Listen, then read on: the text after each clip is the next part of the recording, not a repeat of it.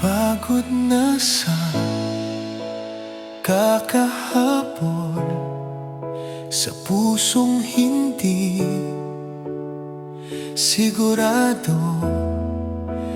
Laging ako ang umiintindi, ngunit hindi ako ang pinipili. Ngayon natuto na akong piliin naman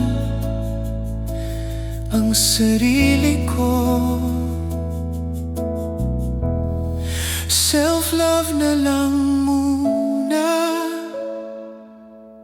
hindi na ako maghahabol pa. Kung hindi mo ako kayang mahalin, ako na lang ang magmamahal sa sarili ko.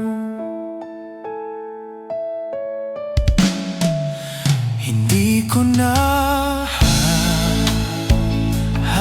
hahayaan na mabawasan ang halaga ko sa bawat luha.